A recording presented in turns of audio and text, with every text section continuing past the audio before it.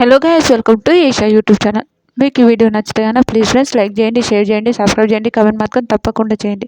నిన్న ఎపిసోడ్లో సాటర్డే ఎపిసోడ్లో గుండా అంకుల్ అనే విషయానికి అది గొడవ అయిపోయింది. తర్వాత హరీష్ గారు ఇమాన్యుల్ని భరణి గారు కూడా ఆడవాళ్ళు అని అన్న విధానానికి అది వీడియో చూపించారు. అది త్రీ టైమ్స్ చూపించారు ఆ ఎపిసోడ్లో. మీకు ఏమనిపించింది ఆ 3 టైమ్స్ చూపించిన వీడియోలో? మీకు అర్థం ఏమైందో ప్లీజ్ కమెంట్ చేయండి.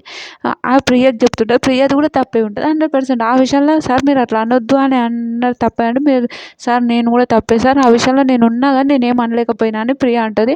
Okay, nice. కానీ తర్వాత కొద్దిసేపటికి లేచి ప్రియ ఏమంటుంది,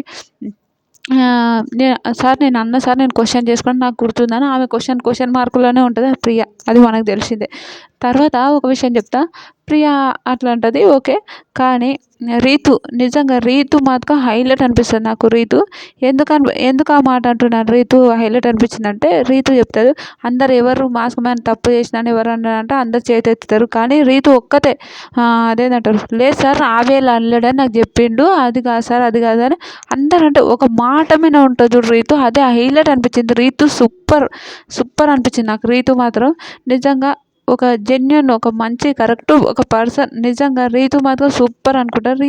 ఆమెకు అనిపించింది, ఆమెకు ధైర్యంగా ఉండి ఆమె మాట్లాడుతుంటుంది. ఓకే, ఇట్లా అనుకుంటారా, బయట బ్యాడ్ అవుతుందా అట్లా అవుతుందా అని ఆలోచించదు.